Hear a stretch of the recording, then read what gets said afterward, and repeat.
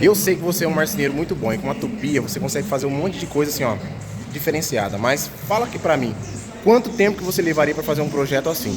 Daqui é a parte de trás de um espelho, uma moldura de espelho. Esse engrosso aqui ele vai com fita de LED por dentro. Então é um móvel de uma peça de 1,10 por 2,10 m de altura, com raio de 55 aqui, ó, exato, dos dois lados. Com esses engrossos aqui, ó, a gente cortou eles separado. Quanto tempo você levaria para fazer essa peça aqui? Na verdade, esse projeto são 3 peças dessa. Aqui nós cortamos tudo na CNC, né? Esse pedaço. E esse corte aqui, ó, ele levou apenas 12 minutos.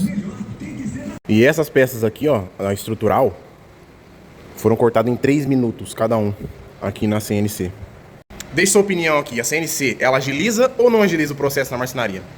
E para mais dicas de marcenaria e router CNC, já segue o Marceneiro CNC aqui no Instagram.